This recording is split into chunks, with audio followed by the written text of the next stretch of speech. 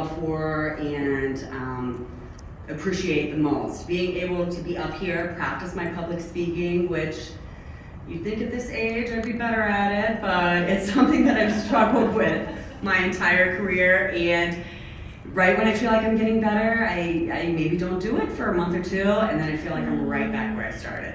So, and finally, the last reason on the list, I should say, there's many reasons, but to pay forward your success, depending on where you are in your career, and helping others move forward and find their goals and reach the pinnacle of their success.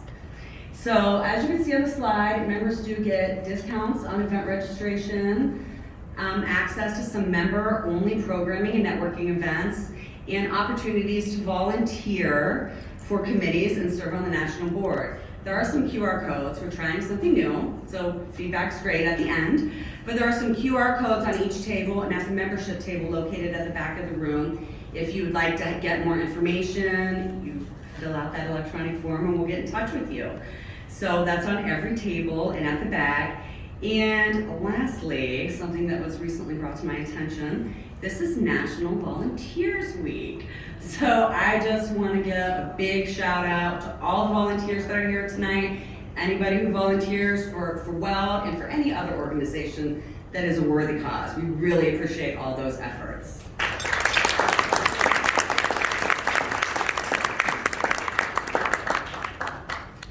Okay, I just want to take a moment to recognize our board members, thanking them for all their continued support. I want to recognize Barb Smoot, who I see smiling here. Stand up, wave, she'll wave for us. She's our president and CEO, for those of you who don't know her, which I would guess many of us do. And anyone that does know her understands what an inspiration she is to all that have the privilege of working with her. Lastly, I want to recognize our Columbus chapter co-chairs, Katie Morris and Sharon Robinson. I know Sharon is here this evening waving. We appreciate all that you do. And it's the dedication of all these women and men on the board and international leadership team that continue to grow and develop WELD and further the impact that we have on our local communities. I'm trying to get through this quick guys. There's a lot of people to thank. A lot goes into these evenings and morning events that we put together. So I want to thank all of our corporate members. With their corporate membership, these businesses have made a very public statement that they support WELD's mission and are committed to advancing women in their companies and in their communities. So if you don't see your company's logo up there and are interested in potentially seeing it, talk to one of us after the event and we can share information about corporate membership opportunities. I'd also like to say a special thanks to our sponsor this evening, JP Morgan Chase. They are the sponsor for the WELD Columbus Leadership Series throughout the entire year. So thank you.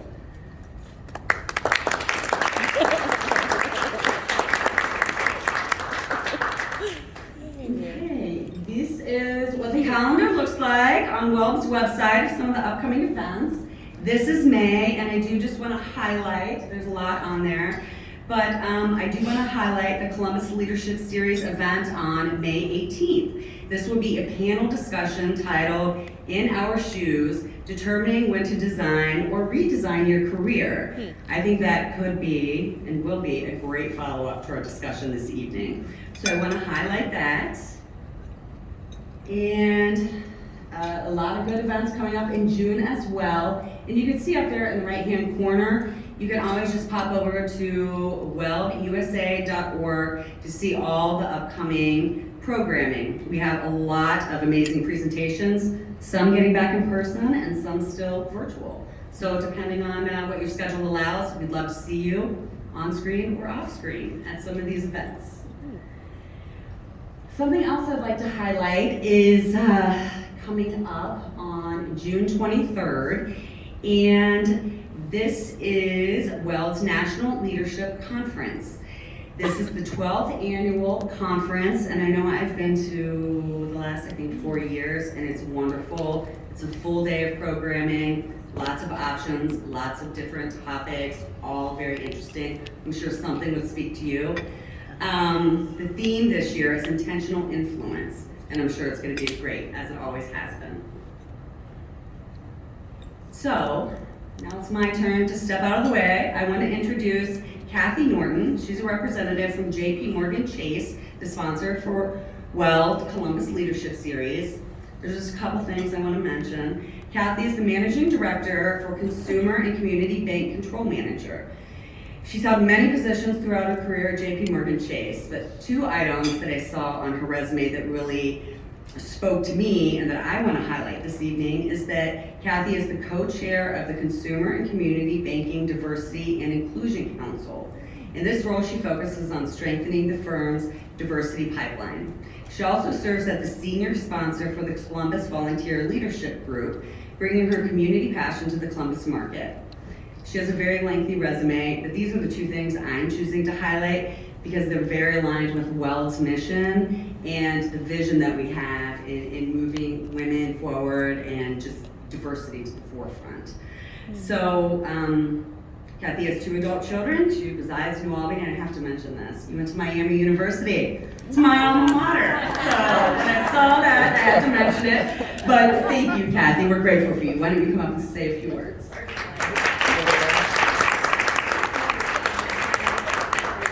You said watch tripping, so because that's what I would just do, having just broke my ankle from tripping. So, oh no. So actually, one other thing, it's a great pleasure to be here on behalf of JP Morgan Chase as a sponsor of the Leadership Series, but I will say it's even a bigger pleasure to serve with Barb on the board of WELD and to continue advancing all of the activities and engagements that WELD does, not only with you all here, but across our own community, but in other states as well. So that has been a passion and continues to be a passion, and hopefully for all of you as well, as we do continue to advance, lift ourselves up, continue to grow and support our fellow women, and thank you also for our allies sitting out here as well to help us with that. No, I don't want to spend any more time. I see David. I think David's ready to go. When I talked to you earlier, you were ready to go. But I just really wanted to do a quick introduction. So David Conley is president of Rockville Financial Consulting as one of his activities that he does. And that does provide financial services for consulting for government agencies. But as we were talking, when you read his resume, it kind of sounds like he used to do things and used to do other things. He actually does them all right now.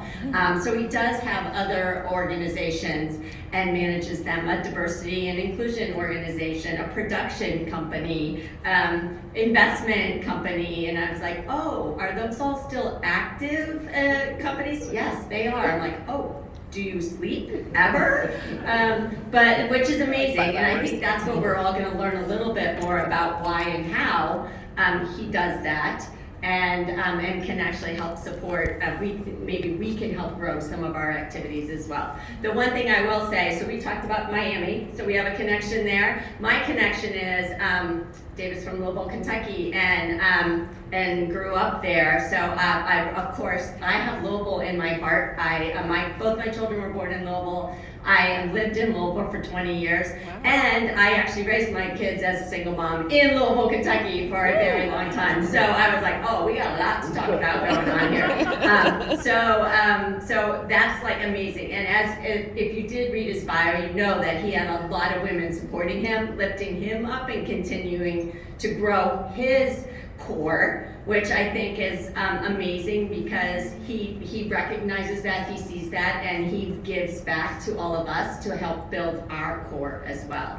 I think your daughter is also sitting over there. So, and as we were talking, like, you do have a calling. So you are a chaplain at, let me see, Grant Medical Center, but also work in one of the organizations as part of your calling for the diversity and inclusion component. So that to me is amazing. And your son is in theater at Arizona State University.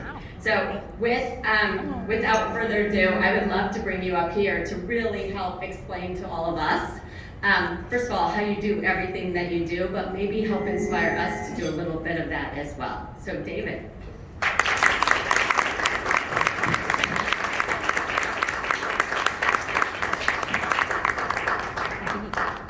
Good afternoon, or good evening at this point. Thank you for the introduction. That was really nice. I'm getting a little feedback. Stand over here. Is that a little better? Yeah. Okay, so it's really a pleasure. I tell you what, I had not heard about WELD until 2 months ago. Never heard of you guys. I live in Columbus and been here for about 15 years. Never heard of you. And then Kathleen, where'd you go? Kathleen and I had worked in the same industry, and I did this seminar, this lecture, probably 3 months ago. And when I finished, Kathleen said, "You have to do this for my organization." And she told me about WELD, and I started researching WELD, and I thought to myself, what an amazing group of people. I mean, so you all don't know this, but I actually researched each and every one of you before I came to you. I know everything there is to know about each and every one of you. I'm not joking. I am impressed. I'm a little nervous, to be honest with you. Should be. What a formidable group of women. And I thought, I was coming in here to do you a favor. I'm actually honored to be in front of you. I cannot believe that I had no idea this group of women were assembled in Columbus or even nationally, and I'm just honored to be in front of you. So let me thank you for letting me come in and speak to you today. In advance, I'll warn you that my presentation style is a little unusual, but I think you'll appreciate it as I go forward. So Amber's my production manager. Amber, say hi. She's going to help me slide through the presentation. I'm going to start with a really quick introduction of myself because I don't really like to spend a lot of time talking about myself, especially my professional accomplishments, but you have to understand for one thing that the only reason I'm able to do what I do is that I've been really successful, okay? I do this for free. I do this because I have a calling to share with you what I've learned through my career and my life, and the things that I've learned, I think, can inspire other people to do greater things for themselves. So I'm here just simply to share some stuff that's happened to me. I do have a number of companies. I've been employed because of the unique work that I do. I've been hired 400 times. Can you imagine interviewing and getting hired 400 times? Can you imagine negotiating a salary 400 times? No. I have 400 times. I've been hired 400 times. I didn't tell you how many times I didn't get hired, right? Oh, yeah. So there's a few more than 400. But it's one day I was sitting around doing my day job, which is, a public finance municipal advisor, and I thought to myself, what other skills do you have other than this financial stuff? And one of them was that, man, you know what? I know a thing or two about getting hired, and I know a thing or two about getting paid. How can I help other people understand that as well? So that's what drove me to do this series of Are You Paid When You Work? That's led me to become sort of a resource and an advisor and mentor to people. So I'm going to talk to you a little bit today about concepts that you might feel personally, only pertain to you. But I will tell you that I work with people that are CEOs, that are multimillionaires, and I work with people that just graduated from college. And they all have the same worries. They all have the same worries that you have. I work with attorneys. I work with people that climb telephone poles and plug cable wires in. And I work with them as friends, as people that I want to see feel better and do better. I don't charge money to do what I do. I just want people to do better. So I want you to understand tonight that I am here to talk to you, and that you all are going to be participating in this process as the same person. It doesn't matter if you look across the table and you see someone that's very accomplished, that has an important title attached to their name, that I want you to know that person has the same concerns and worries about their career as you do. I think we might have a college student right up in here. We have some fairly young people in here. But it's so easy to assume that you are the only person that feels the way that you do. And that isolation is what limits us from actually growing, because we feel like it's only our burden. But I can tell you, and people around this room will share with you that they all feel the same. So my dream is to actually support people, to help them do better. Because what I have come to realize is that the real challenge isn't to make myself better. The real challenge for me is to help other people do better. So that's how I see the world. We're going to move to the next slide and start with, does anyone have a cell phone? Or does everyone have a cell phone? Okay, so we're going to experiment a little bit. If you don't mind, open up your cell phone and go to your browser and go to the website www.minty.com. And I've got my fingers crossed that this code will work. Please let it work. And there should be a survey question that comes up.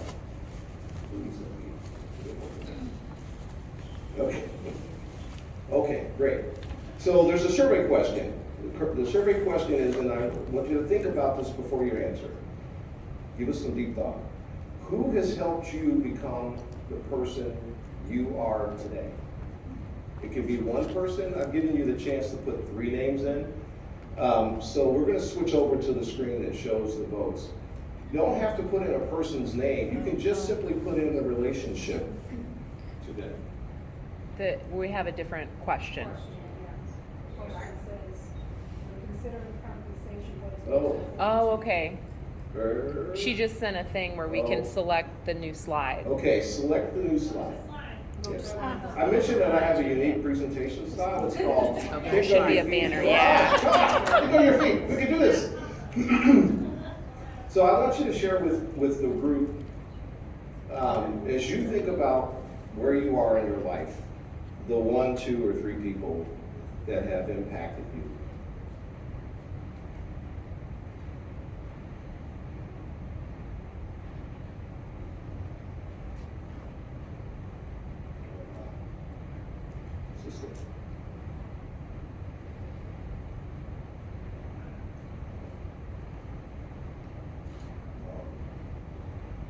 Mom and Dad. Mom's got it. So far, we got 20 votes, and Mom's still the mother, grandmother. Mom's still in the lead, mother. And coach. Oh yeah, that's a good one. Current supervisor, past manager, first boss, father, current super coworker, uncle,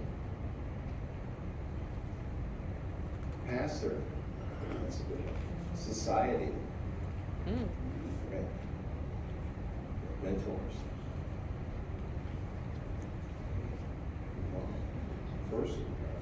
my first amazing boss, that's a good one. Because it matters. Is there such a thing? Yes. Amazing boss. Thank you, Leva. Oh, I love it. That was Wow. good. Yeah, it was. Well, it looks like we have 41 people. You know, it's amazing, you know, how when you take the time to think about how we got where we got. My mom would be the #1 person that shaped me. It wasn't one thing, it was a million that made me who I am today. And, you know, there's a lot of connection there. But we've got ministry, other women, first boss, which is still kind of unique, my mom and their best friend. The key to this topic and how it ties into are you paid what you're worth has to do with the relationships that we have with ourselves and with other people. Okay? You aren't here by yourself. The success that you've accomplished isn't yours alone. It's shared with people that are part of your life, both now and in the past. There are people that have helped you end up where you are. Part of my presentation today isn't for you. It's for the people you know. It's for the people you love. It's for your children. Okay? It's for the people that you actually will influence. You might have thought that you're coming today to hear from me about how to improve your pay. That's not why I'm here. I'm here to help you teach other people how to feel good about what they do, how they get compensated, because you're a member of WELD, right? Women for Economic and Leadership Development. Leadership means you are leading. You're taking the helm and showing the rest of the world how to be. I'm actually only here for one person. There's a person in this room that God sent me today to talk to. And I don't know who she is. I don't know who she is. But God sent me here for that reason. So I'm going to take my time to go through this presentation today so that I can speak to her. The rest of you will just have to listen and follow along. Okay? I want you to do me a favor. We're about to talk about something that is more personal than anything that you guys have ever talked about. People talk to me about sports. They talk to me about their job. They talk to me about their marriage. But when I ask them about their compensation, my daughter was like, yeah, Dad, they talk to you about their sexual relationships too. They do. I But literally if was I just ask thinking them that. about It's true. their compensation, they zip their mouths. People don't like to talk about how they get paid. Largely, Yeah. that's because the companies that we've worked for the last 100 years have taught us that behavior. Yeah, it's a It's secret. the worst possible behavior that we could ever have. Okay? Here's what I want you to do. This is going to be, for some of you today, a little bit emotional, but I need you to do something for everybody in this room. I need you to create a safe space. I need you to give everyone in this room the opportunity to hold their hand up without shame, without fear of being judged, without the thought that they're looking down on me because I'm not as good as they are. I want you to create a space so that everyone can share evenly so that I can reach that one woman in this room that needs to be reached today. So do this for me. I want you to look around the room, look at each other at the tables, and I want you to say to each other, you can count on me. You can count on me. You can count on me. You can count on me. Count on me. I know. You can count on me. You can count on me. No judgment. Zero. No judgment. Right.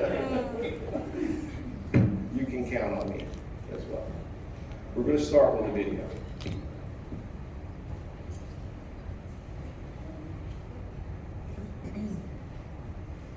I want to share a very important story with you today. It's a story I think everyone should hear. Before he died, a father said to his son, "Here is a watch your grandfather gave me. It's almost 200 years old. Before I give it to you, go to the jewelry store in the city.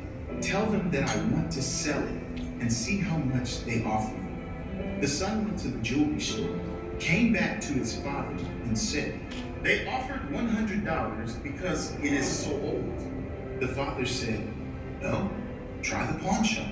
The son went to the pawn shop, came back to his father and said, "The pawn shop offered only $20 because it has a scratch." The father asked his son to go to the museum and show them the watch. The son quietly questioned his father's judgment, but still willing to act on his father's last wishes, he went to the museum, and when he came back, he said to his father, "The curator offered $375,000 for this rare piece to be included in their precious antique collection." The father responded, "I wanted to show you that the right place will value you in the right way. Don't find yourself in the wrong place and get angry because you are not valued. Never stay in a place where someone doesn't see your value or you don't feel appreciated. If you don't know your value, you will always settle for far less than you deserve. People who don't know their value settle for far less than they are worth. in relationships or their friendships, when it comes to their profession or their job. They know they are worth more, but they settle for someone else's definition of their worth. That is the difference between most people and the few.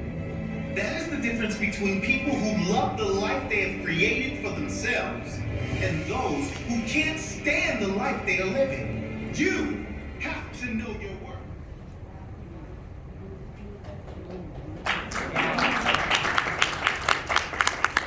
I'll admit, my daughter makes fun of me all the time. I cry easy. It's the female side of me. First time I saw that video, I teared up. When I'm talking to you tonight, I'm talking to you about being paid for what you're worth. I may not necessarily be talking about money, and I may not necessarily be talking about a job. I might be talking about your relationships with people and the respect that you receive in those relationships. See, it all runs together. It's all intermingled.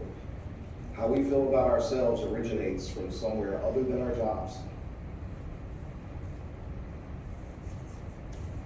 You know where my motivation and confidence comes from? It comes from a strong mother. My mother said, David, you can do anything you want. I grew up in the inner city of Louisville, running around the streets selling drugs, thought I was the guy. Went to a career tech, was a welding major. Graduated with a certificate in welding, and I can still weld to this very day. Still weld, I'm good. But a person changed my life. And they said, son, you're worth more than that. I want you to take that in for a second. It's not necessarily about work, it's not necessarily about a paycheck. You can interpret it how you want. When I graduated from high school, I was lucky enough to go to college. And then when I finished college, Georgetown College, Kentucky, go Tigers. We got a Georgetown grad? Woo! Oh my God, there's one more. There's two of us in the whole United States. Three, woo! Oh my God, three. So, look at this, Georgetown in the house. 6 months before I graduated, the bank offered me a job. They said, son, we see a lot of potential in you. We want to offer you a job. We're going to pay you to be a branch manager in your hometown. They offered me $19,000 a year and a $1,000 clothing bonus, which, growing up the way that I did, I was rich. I had it made. I'm like, oh my gosh. I took that job, started working, was there for 2 years, and then one of the guys I worked with at that bank became the president of a bank in Cincinnati. And he called me, he said, I was really impressed with you at this bank that you, in Louisville that you worked in. I want you to move to Cincinnati and work there. And I'm like, oh really? He says, yeah, this is one night, one phone call. I had in my mind set that if I could make $35,000 a year, that would be the man. I would be set for $35,000 a year. He says, how much do you want? And I'm like, $35,000. Yeah.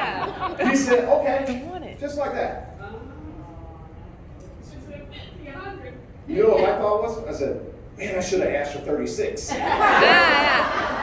mean, I'm not kidding. That was my frame of mind. I go to the bank in Cincinnati, start working there. I'm there for 6 months. Another person meets me. They're like, you really have something special.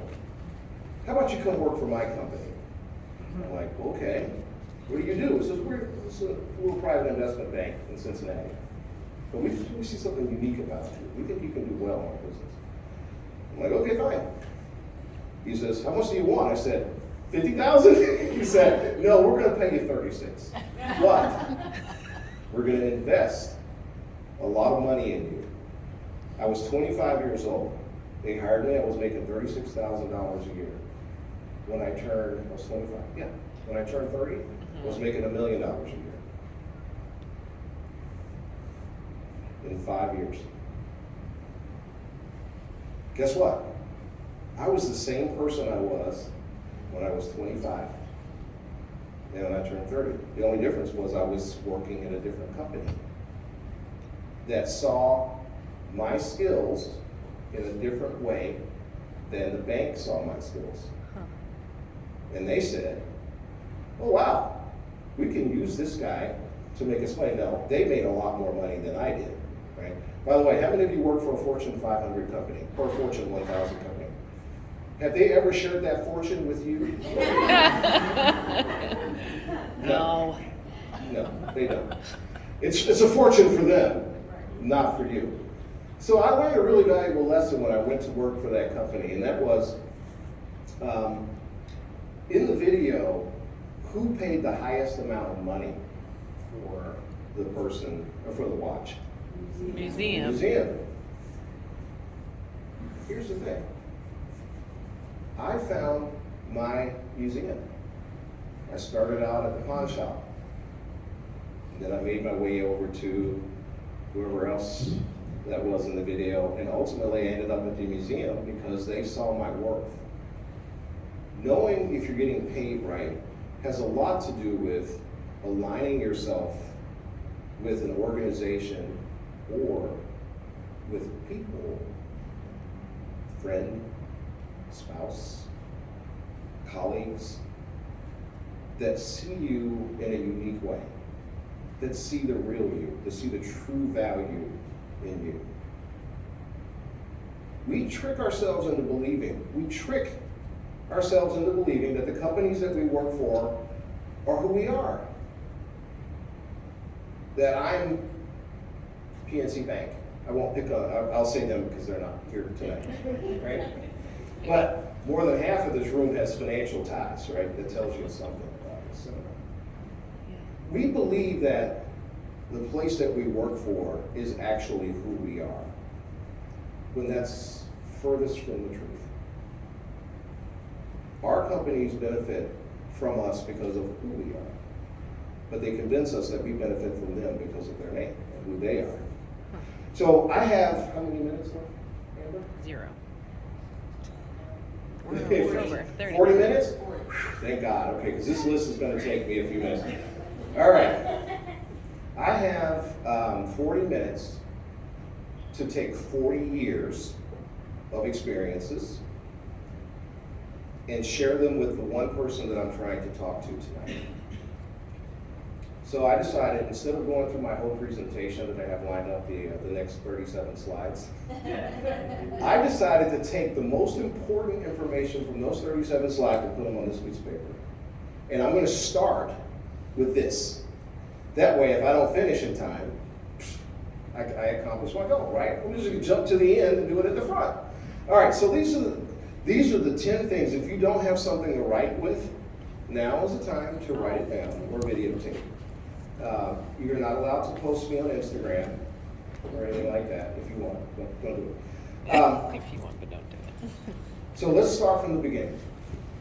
You guys are here because the title of the thing was, are you paid what you're worth? Or you're here because you knew that there was going to be some food and you got to rub elbows and do whatever.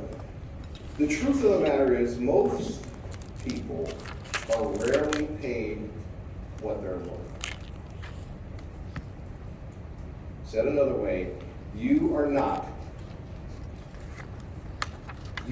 paid what you're worth. I will tell you that corporate sponsors do not like me talking to their employees. They are like, oh my God, what is he saying?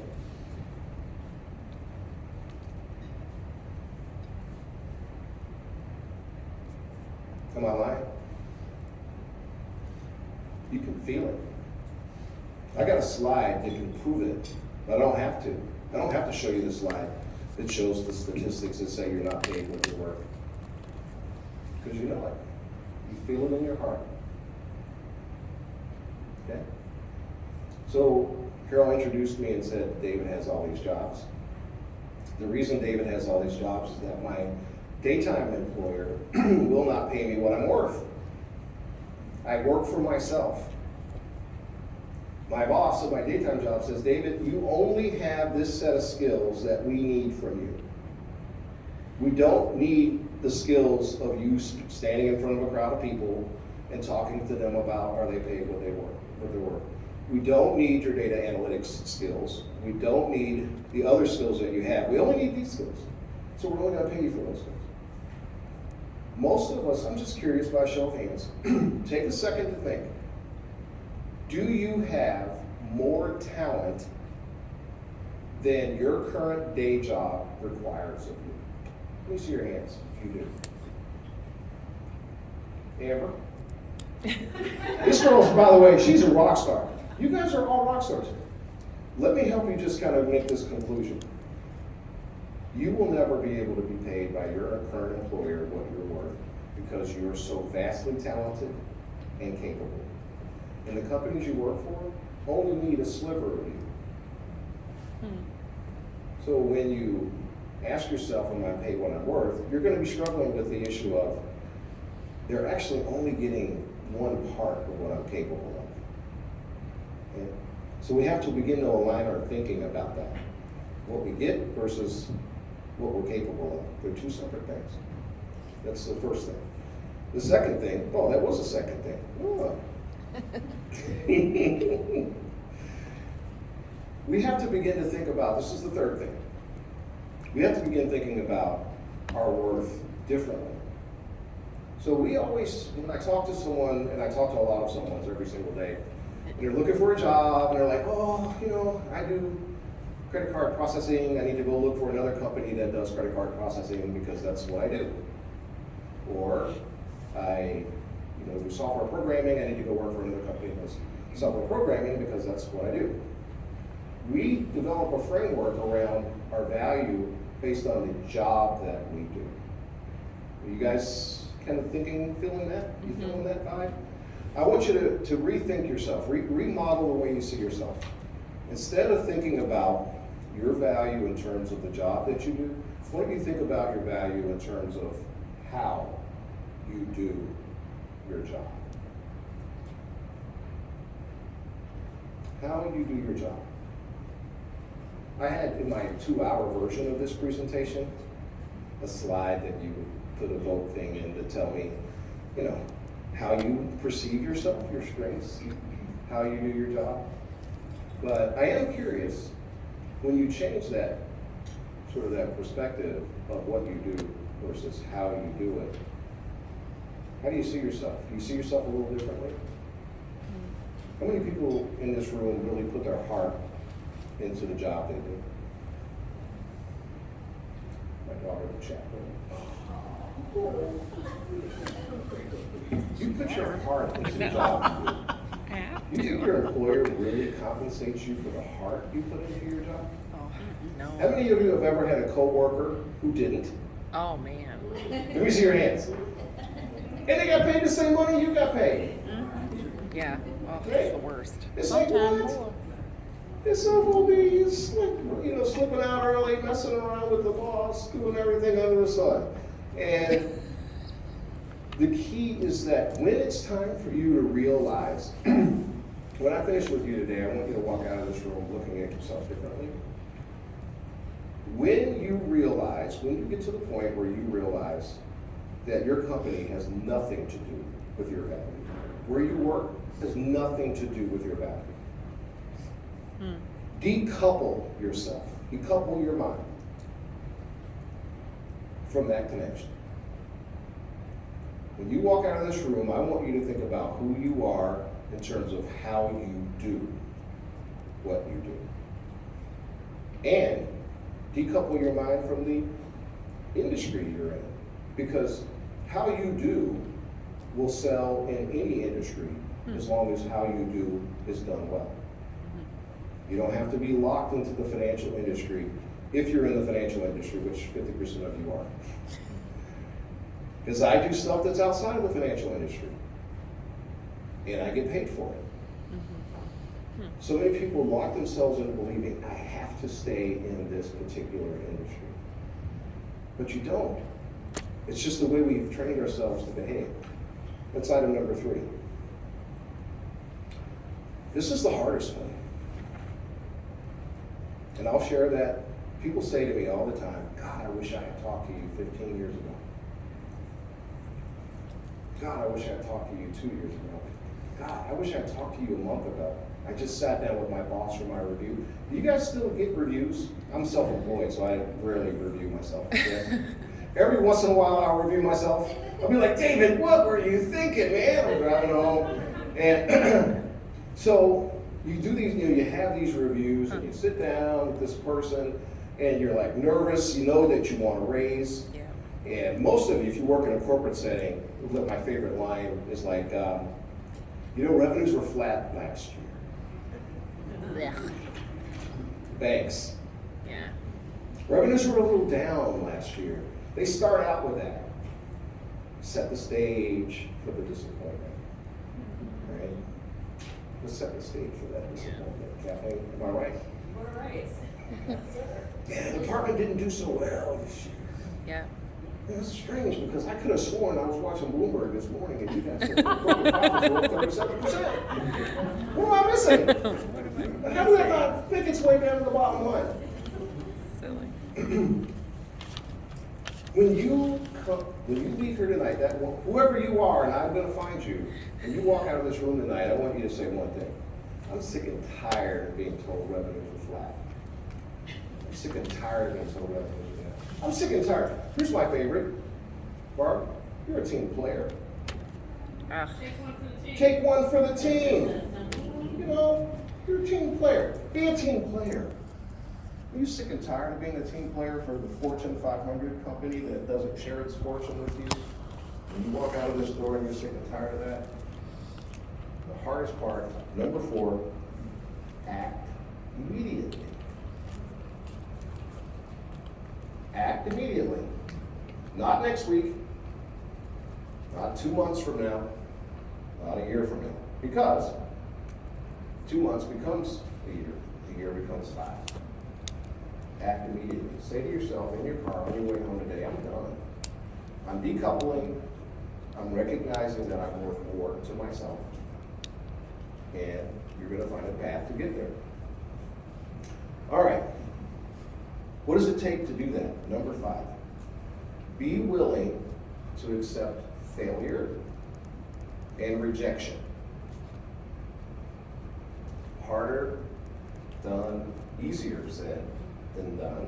Mm-hmm. It's like, I'm going to do this, I'm going to do this. I remember being a kid and all my friends could swim. I couldn't. Oh, man. I was scared. They would all jump off the pool. I'd be standing on the edge, tears in my eyes. Oh, no, I want to do this. And I never did. I still can't swim. But the first time I actually stood up to an employer and said, I want this, the floodgates opened. So after I graduated from college and I took the job at the bank, and then I took this investment banking job, I retired when I was 40. And I was enjoying life, cruising home every day with my wife. And then she's like, I don't like you being home every day. I was insulted. Okay, fine, I'll go back to work. So I did some homework. I researched what it is, how companies buy other companies, right? Mergers and acquisitions, there's a different modeling that you use to figure that out. I generated a certain amount of revenue every year when I was an active banker.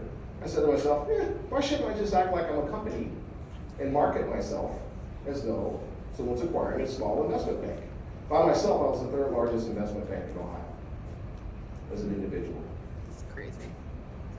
Just behind Conley. So I started shopping myself to investment banks. The first was like, oh yeah, we really want to get you in. We're going to give you a signing bonus of $100,000. My research tells me I'm worth a lot more than $100,000 for a signing bonus.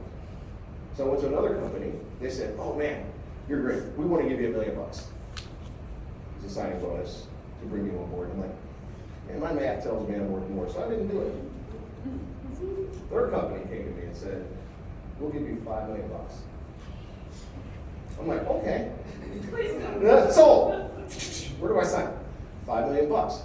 Because A, I did my homework. B, I wasn't afraid to say no, and I wasn't afraid to ask. I kept pushing through. You never know what is on the other side of your ask. You put it out there, the worst that they can say to you is no, and if they do, you go to someone else. But you do your homework first, figure out what your value is, and you need help to do that sometimes. When I wrap this up, Barb, we're gonna talk about creating a support system for professional women where when you're in a position of trying to figure out what am I worth, what should I be saying when I'm talking to my boss about negotiating a contract, or I'm potentially being courted by the company, providing a support system, because there is none. Yeah. Each time that you all have had to negotiate an employment contract, you probably spoke to a friend, maybe, or a spouse, maybe, of which there probably were no help whatsoever. And since there is a spouse in the room, Kent, you all should know, Kent is my best friend. We play college football together. But he's not. His wife runs the household. Yeah, Sylvia. Yeah, she's the boss. There should be a system for you to have support to do that. But get to the point where you can overcome your fear of rejection and failure. Then, here's something that's really important. When you are negotiating, this happens all the time. Just take this with you. If a company comes to you and they say, we want to hire you, what's your salary requirement? They want you to go first, right? They want you to put your number on the table. Say, thank you for asking, but I'm actually more interested in what you're offering. Never offer a salary first, ever. If they have a field, so today they got pretty slick. They make you put on the web application, they make you put it in there, just put $1 million in there. Just put $1 million in there. What are they gonna do? They're gonna say, oh, that's clearly a typo. Right? Maybe not. Put $1 million in there. Make them scramble. Whoa. What are you doing here?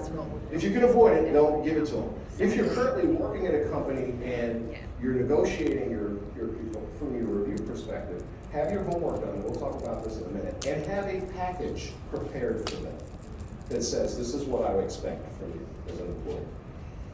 When you do, ask for everything. Yeah. Everything. First rule of thumb in negotiating, put everything on the table. Everything you want, everything you've ever wanted, put it in there.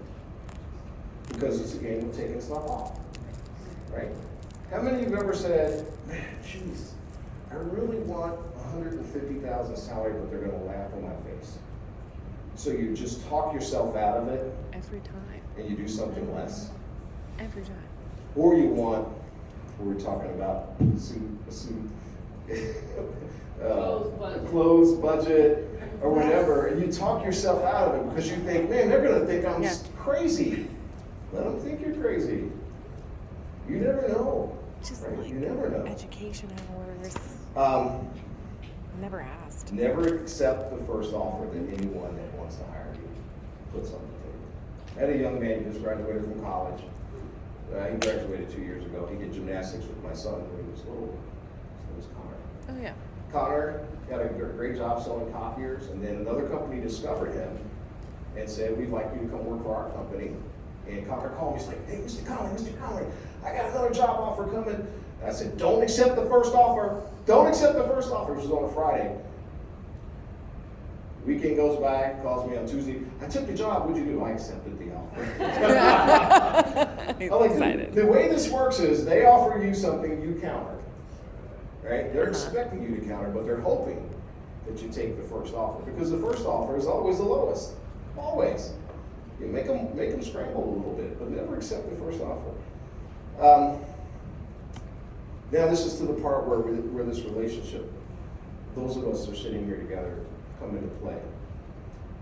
You have to be willing to support the success of other people so that they can support your success.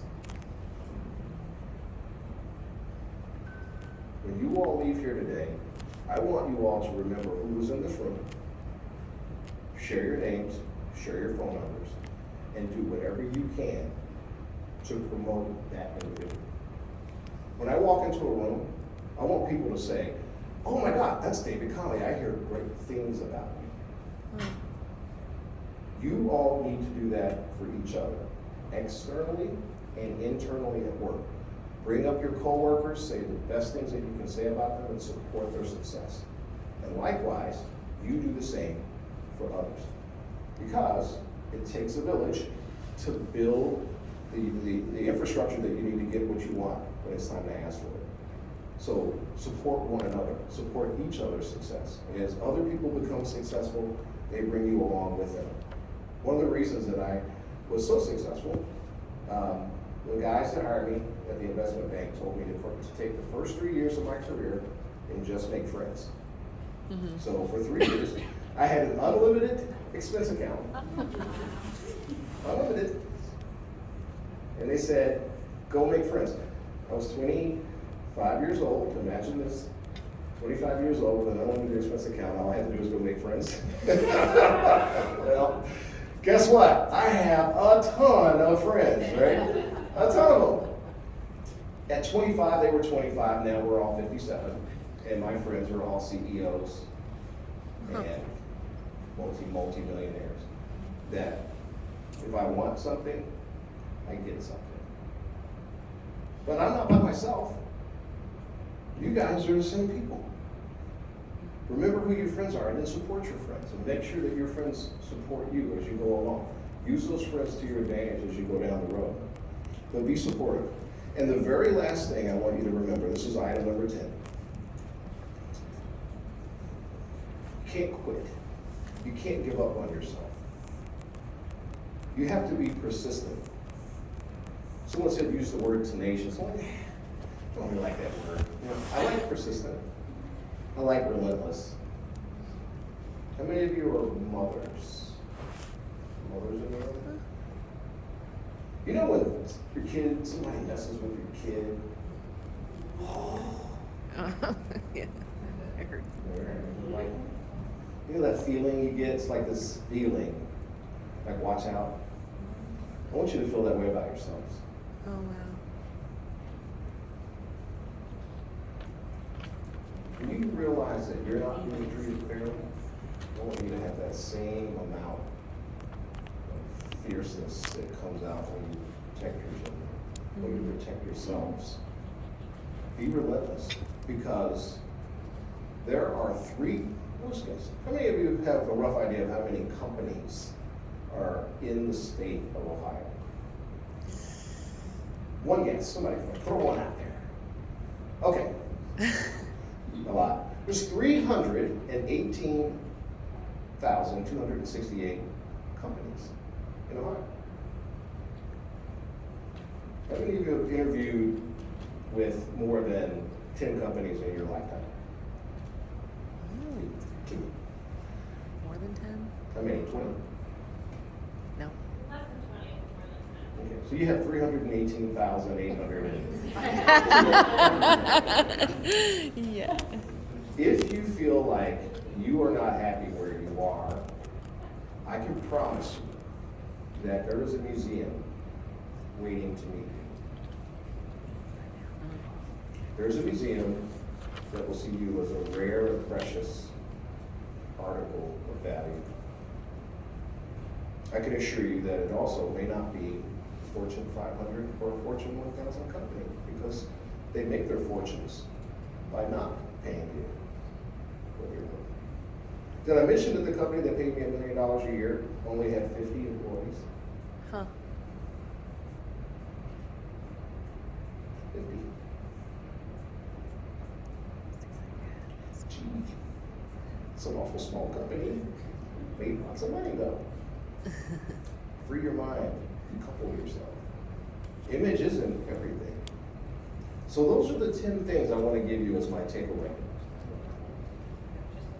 Oh, good God, get ready. We're going to blitz through the rest of it. Next page, please.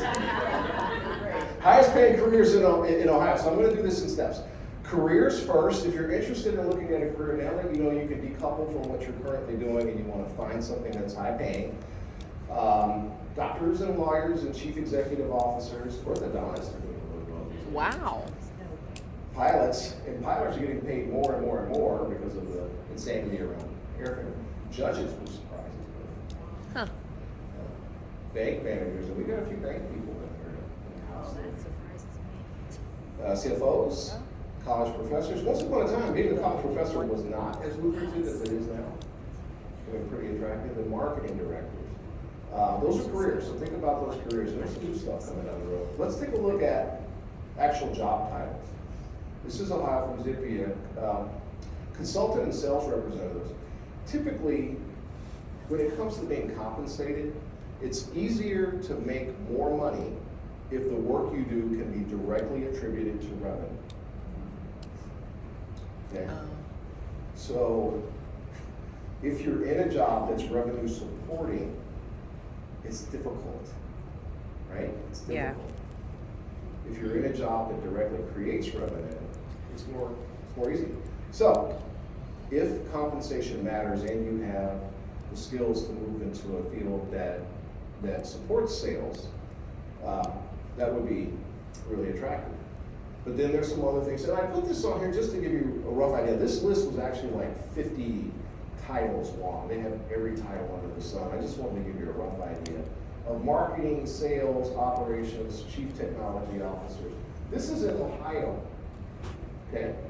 Not New York City or out on the West Coast. There's some folks in Ohio making some money. Maybe you're in this room. Yeah, Zippia. It's oh, you can't see it because of the electric. It's a Zippia, ZIPPIA.com. These folks, so I do data analytics. These folks got it right. They know how to calculate this kind of stuff. They're good. Okay, let's go to the next page. All right, so the highest paying companies in Ohio, Diamond Investment Group in Columbus. Anybody ever heard of them? Yeah. Are you work there? No, I have friends that do. Man, your friends are rocking. They are. They have 3 homes, absolutely. Wow. Yeah. Yeah, this is the median salary, which means that Wow. other people make more than that. Yeah. But some that you wouldn't expect. First Energy, American, AEP. Oh, we got an AEP person here, don't we? Look at you over there, blushing. It's good company. You want to know how I know I had an AEP person in here? How'd you know? Went to your Instagram page and You checked did it out. not. So the key here is that I want to show you that you don't see some of the names that you might expect. Right? So let's go to the next slide. I want you to think a little bit about compensation based on the company you work with in 3 ways. So there's companies come up with how they're going to pay you based on their attitude about compensation. Very simply, there are companies that are leaders in compensation, which means they want to attract the most talented, the best of the best. They don't care what the rest of the world's paying. They're going to pay you what it takes to get you in the door. Right off the bat. How many of you work for a company like that? Oh. Sylvia, yes. 1. Very few companies are like that. But you can guess, though, which companies are most likely to be like that in the current market. Your Googles, your all these internet cutting, those folks. Matches are companies that look at other companies to say, how much are you paying so-and-so? Well, we're going to pay you so-and-so. That's our money. And back and forth and back and forth and back and forth, and that's how they set the sort of the playing field, which always fascinates me. Because if you're mimicking someone else's pay schedule, and they're mimicking someone else's pay schedule, and then they're mimicking someone else's pay schedule, exactly whose pay schedule are you getting paid on? Who? And is it possible that you're actually not being paid for what you're worth, but for what you're worth? Or maybe what you're worth? Guess what? The majority of you in this room work for companies that fall in that middle category. Yeah. And who was just telling me this story? They were just telling me a story where somebody told me a story where they were tired of not getting paid what they thought they were worth. They interviewed, went to a friend of ours. She was making $70,000 a year. She one of the people like you attended my prior seminar. She went out to her friends and taught them. One of her friends was like, well, heck, I'm gonna go look for another job. She went out, she was making $70,000 a year. Another company found her and said, hey, we're gonna pay you $110. She went from 70 to 110. She turned in her notice to her old company, and her old company said, hey, we'll match that. Happens all the time. Hey, we'll match that. We'll match that. Because we had no idea that we should be paying you $110,000 a year.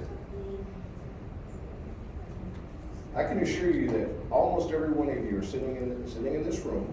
If you changed and went to somewhere else, got a job, and went back to your employer would say, we'll match that.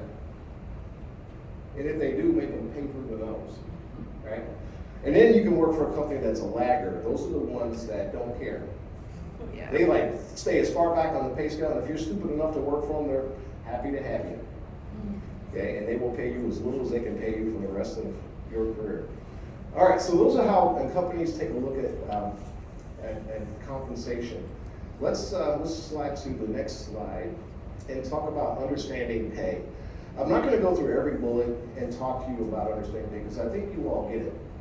But one of the things I do want to talk to you about is how when you work for a large organization, you get lumped in with a group, with the other people that work around you. And those corporations try their best to maintain an internal balance between their employees. They don't want disruption. They don't want one employee to be mad because you're making $50,000 a year more than another employee. So they keep you all grouped together, right? And if you don't talk to one another about your salary, you never know it. So back to this concept of, are you actually being paid what you're worth, or are you being paid what someone else is worth? Because I was always amazed when I had my job at the bank that I worked with people that were like terrible at their job. And I'm like, I don't understand, I'm really good at what I do, and these guys are terrible, and they're making the same amount of money I'm making. And so in understanding pay, if you're in an environment like that, it's kind of hard to break out of the group pay concept of where you're stuck in a group. But one thing I will challenge you to do is, and this gets to the end, is when you have a chance, how many of you have ever actually seen your pay range? Your published I pay have. range? You've seen it? Are you a public employee? You work for a hospital, nonprofit. How about you? I heard a state, so my. You're a public employee? Yeah, Yeah. How about you? when I was at Ohio State. Public employee? You're not a public employee? You work for a private company? And they show you the pay range? Did you scare them to death when you asked them for it? No, they provided, like when they give you your merit Yeah. and your IC payout, they Yeah. show you, because they want you to know all the financial value. So that's a good company. company. That's a good company. I was talking to Barbara earlier about this. When your company doesn't show you your pay range, it's because they don't want you to know you're at the bottom of it. Oh. If you were at the top of it, they'd be like, hey, great job, we're paying you at the top of the pay raise. They'd be celebrating with you. But let's keep it a secret. So you don't know how bad you're doing within the structure. Make your manager uncomfortable and tell them you want to see your pay range. And you want your job description. So you know what you're supposed to be getting paid for. Okay, we'll go to the next slide. Let's talk about compensation real quick. We're going to try this survey real quick. I want to get your ideas about compensation, how much you get paid, or what's important to you from it.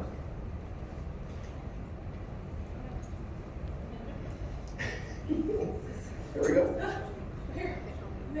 All right, so when considering compensation, what is the most important to you? And I've got some choices on here. The reason I want to do this is to understand generally, is it on your phone? Oh, okay. Oh, it's populating. So pick them top to bottom in terms of which one is most important.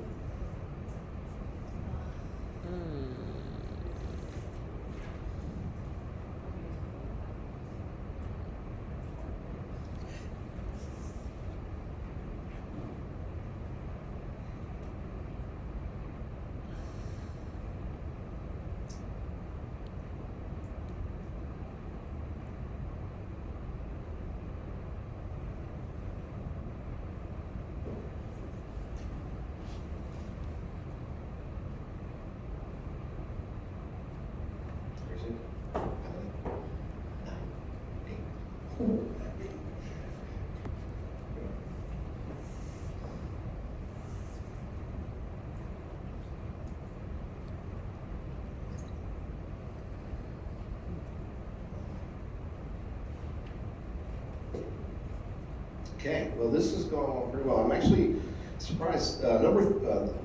Vacation, sick leave, time off actually used to be the second.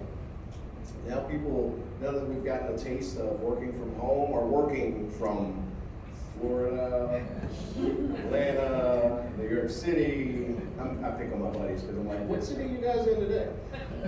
Never in Ohio. These are all things that change from time to time. And you can use one versus the other for leverage in negotiating a contract with your employer. So if I were working with you to talk about how to get the best contract that you want, let's just say title and position is not very important to you, but you put it on the table is one of the more important things, and you negotiate around that. And you can use that to come up with a better option. I'm curious, other things not listed. Would anyone be willing to just give me one idea what that might be? Education stipend. Education stipend. Yes, that's really big. I'm down to 7 minutes. I had it ready. I don't know if I'm gonna pull this off. If I were to tell you that one benefit that is most beneficial is to get your education reimbursed or paid for. Because it's an asset that you then own that can never be taken away from you. And it should increase your market value down the road. If this were the 2-hour seminar, I would go into the things that typically happen to you on the job where you get a degree or an advanced degree while you're working somewhere, but your employer never compensates you for that degree. Yeah. Or that certification. Yes. Another pitfall. Okay, thank you for that input. Let's move to It's true. our next slide. They made it. We're gonna They made it move mandatory. Yeah. Some Drives less me crazy. common items. We talked about some other things, but these are some of the less common things that people are now negotiating. Retention bonuses come into play. Remember that scenario where you get a job offer from another company, you go back to your boss and to your company attorney, your notice, and they're like, oh, we'll match your salary. Like I said, make them pay. A retention bonus is how you make them pay. They match the salary, but have them give you an extra 25 to 50 grand for screwing up in the first place. Okay. All right. Okay. Cost of living allowances, we were just talking about that out in the hallway. I will horrify you real quick because I don't have time to get to the slide in the presentation, but if you've been on your job for 2 years or more, you're already behind in your compensation relative to people that change jobs. On average, according to Forbes magazine, every time a person changes job of their own volition, so they didn't get fired, right? They moved to another job, they get a 10 to 20% pay increase. 10 to 20%. If you stay with the same company, you're lucky to get 3 on an annual basis, right? Yeah. So there are some of you in this room that have been working for 15 to 20 years in the company that you're with, and I don't want to make you crazy, but your company is hiring people just out of college and bringing them in at or above the salary that you're making. And it isn't intentional, it's the way the system is structured. Huh. If you're in that situation, I would encourage you to act immediately. All right, so we've got other things up here. Let's move on to, we're gonna skip gym membership's a great idea. This is the slide that proves that people, if you feel like you're not being paid what you're worth, you're probably right. The bottom basically says if you feel like you're not paid, if you're paid below market, you really are. So that's the statistical proof of that. No point in making that case. Let's go to the next slide. Let me show you this quick video. This is fun.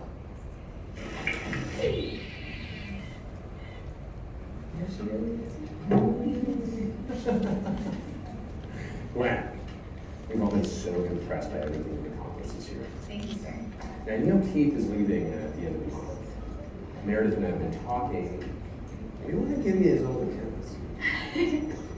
Really? Thank you so much. Senior Operations Specialist, this is a huge leap. Technically, the title will remain vacant. But don't worry, it's the same responsibilities. Okay, no title change, that's fine. A promotion is a promotion. Technically, it's not a promotion. For legal reasons, we're calling it a strategic task and assignment reallocation. STAR, star? Keep getting a star, Glenn. Okay. Thank you. So with more work comes more compensation. Go ahead, you're 26, all right? The work is the compensation. Opportunity is currency. Technically, no, but proverbially, yes. So the numbers aren't changing? No, they will, yeah, there'll be about 70% increase Okay. in your work. Okay, am I getting a raise or no? Technically, no, not in your salary. But in every other sense, yes. There'll be higher expectations, there'll be higher demands. You're gonna have a higher desk. Higher desk. Cool. Sorry, I'm just struggling to get excited about this. Okay, well, I don't think your colleagues would feel that way. I mean, how many people have dental at 26? Dental insurance? No, the Colgate account. The big one. It's so much work. I don't know what to say. Look, Glennie, we know we put a lot on your plate today. If you feel like you need to work overtime, we can accommodate that. You're just gonna have to fill out these forms. Technically, you can't pay your protein. No, we still gotta fill out forms. I don't want to fill out the forms. I don't want to do this.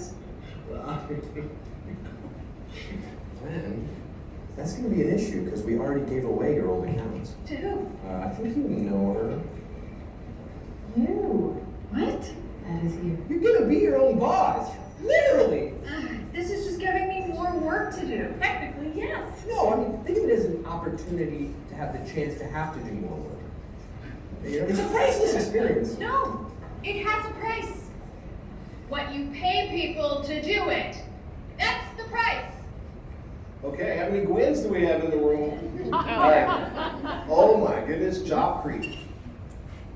If you start out, you're doing one person's job, somebody leaves, just for a little while, you gotta take on somebody else's job. That other person never gets hired.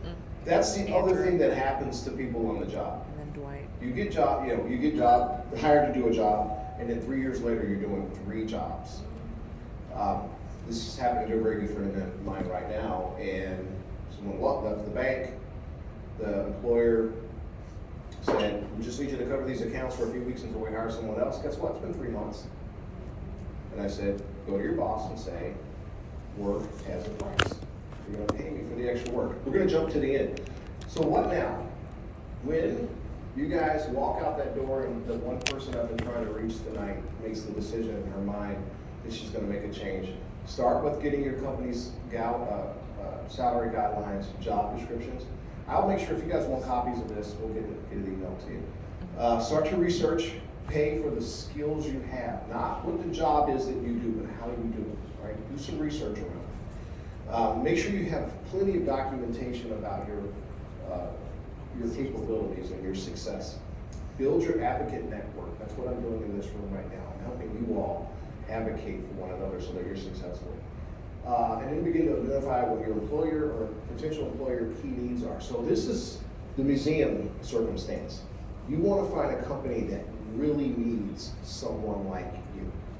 Not a company that has 1 million of you laying around because you have no value if that's the case. Develop your targeted compensation package. How many of you already know exactly what you want? If you could write your script. We have one person. Start developing your comp package. Start to directly engage people that are in charge of your compensation if you're working somewhere. And then get your advocates to get engaged with you to help you find a place. So plan to succeed. Start your day tonight with saying, I'm gonna do better for myself. So I'm gonna let Kathleen come over. Did you wanna do it? Nope. Oh. This is David Shaw. Okay. You're doing great. Okay. I have a microphone, and we do want to lots of time for questions. David, Yes, oh, absolutely. So I'm trying to be mindful of time, and I shot to the very end. I will tell you this, back to getting started immediately.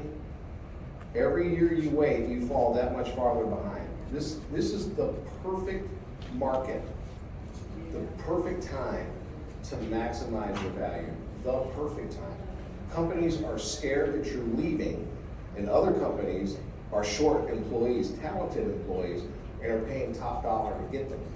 So decouple yourself, Start shopping. Don't wait for someone to come and find you. You go to them.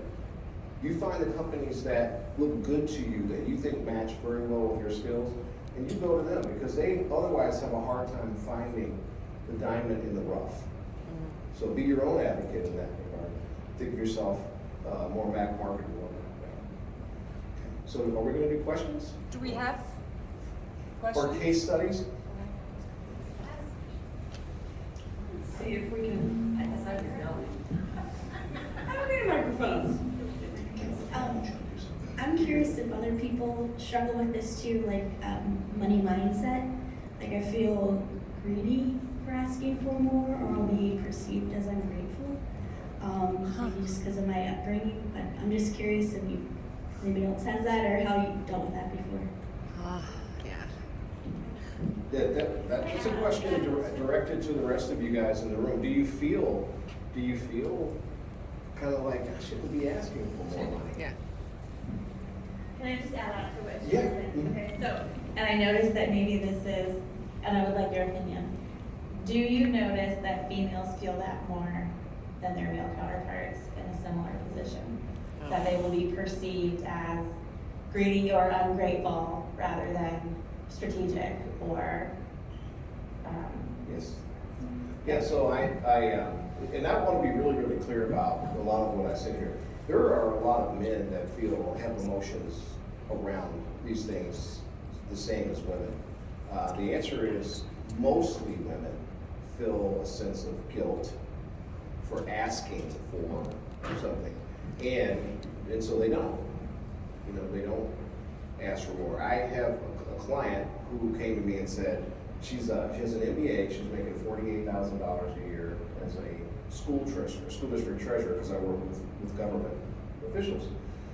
And so she says, I have to go in and negotiate my contract, and I'm not sure if I should ask for more. She's making $48,000 a year. And I said, well, give me a minute.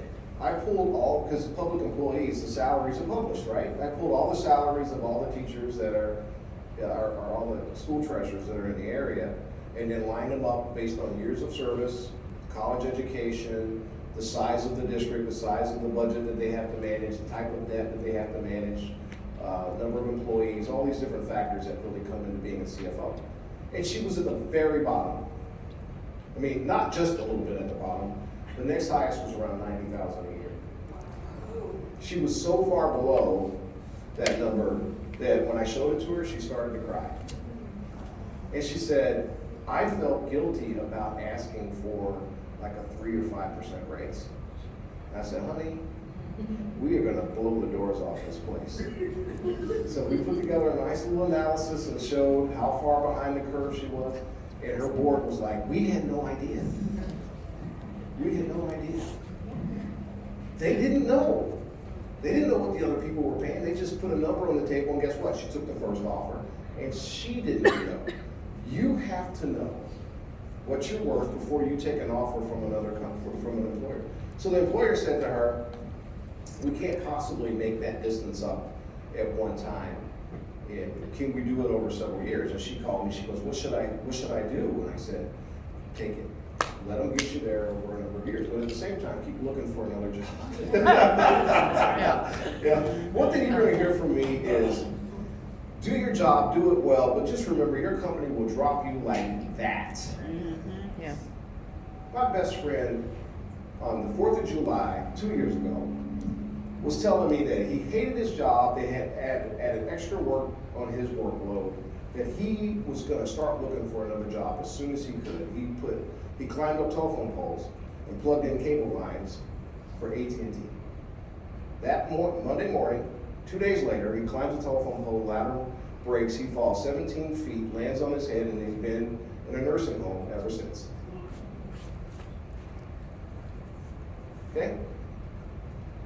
The moment he decided that he needed to do better for himself, he couldn't. That's why I'm telling you, don't wait. Don't sit around and wait for that day to come. Always keep looking. Yes, ma'am? I was just gonna say, I'm a woman in ministry, so I think the guilt and also feeling like when you have a calling to serve your community in this way and to be present to people and to hold their hearts really gently, that you often feel like you cannot ask. And I have so many colleagues in ministry who are in churches and synagogues and mosques, and all of the women feel that way. And one of my really dear friends is now a reverend doctor, and she is a fantastic minister. She's a fantastic speaker, and she has such a heart for social justice, and she was negotiating her contract for a very large church in Wisconsin. And she called me and she was like, I am scared. I'm scared to tell them what I might need. And I'm like, honey, you're moving across the country. You have a baby on the way. You're gonna be the sole provider for your family. And I was like, just know that I, as your friend, think that you're worth, 6 figures. You went to school and you did all these really neat things. But the feeling of fear, I don't think ever goes away, and it doesn't. And so I resonate with that, and I feel it really acutely, because it is, the work that I do isn't a job. It is a part of who I am as a person. And so that is a challenge, but we try to make space for each other in our field to just support each other. Because we do want to also thrive, and I think God wants that. So I think God wants us to thrive too a little bit, and be able to have sabbatical and vacation and also serve and be a whole person for the sake of other people. And then real quick, I want to make sure that you all don't take my word for these things. Amber, who my production manager, shared with me an amazing story. So this isn't her day job either, right? This is a person that also has skills beyond her day job. But Amber, would you mind just sharing a quick story about your most recent job experience? She shared it with me, and I'm like, yeah, she didn't even go to my first seminar. So, I'm really impressed. Hi, I'm Amber Waters. This job is Atypical Events. I'm an event planner, but my day job as of 5.5 weeks ago, I am the Assistant Director for Meetings and Events for NASPA, which is Student Affairs Administrators in Higher Education. And I had an opportunity with a job, and I had gone through the interview process, and I was like, got it in the bag. They were like, internal candidate, no you don't. Devastated. But I kept looking and I kept looking, and I found a job on LinkedIn. I applied for it. It was not a match. But I got to the interview process, and the interviewer said, 5 minutes in, I'm gonna stop you right there. And I'm sweating bullets, oh, what did I do? And she said, this is not a match for you, but we have another position open that I think would be a better fit. Would you like to go for that one? And I said, yes, but it's not remote. And she said, we can make it remote for the right person. So, fast forward, here I am. But that job was just a combination of all of the things that I've done in my professional career. I have a master's degree in higher education and student affairs. I worked in catering, I've worked in hospitality, I'm an event planner, and that has all combined to be this job that is 100% perfect. And had I not gone for it, and had I not said, you know what, I believe in this organization, this initial position probably isn't the perfect fit for me, but I'm still gonna go for it, everything just worked out. It all matched up. So when David says, you have to just go for things, you do. If you see something that you think is a good fit for you, even if you don't have all the qualifications, do it. That's one of those things where, as women, and especially as women, we tend to say, oh, I don't have all the qualifications, I can't do this. Yeah, you can. Absolutely go for it. So that's my story. Yeah, absolutely. So let's talk one little detail. What was it, a 30% increase in your salary? 30% increase. When the museum curator lines up with the piece of art they want to get, they'll write the check, right? They'll 30% increase in salary, let you make your decision about where you live. But if she had just balled up in a ball after being turned down for the other job and went back to what she was doing, she never would have found this place.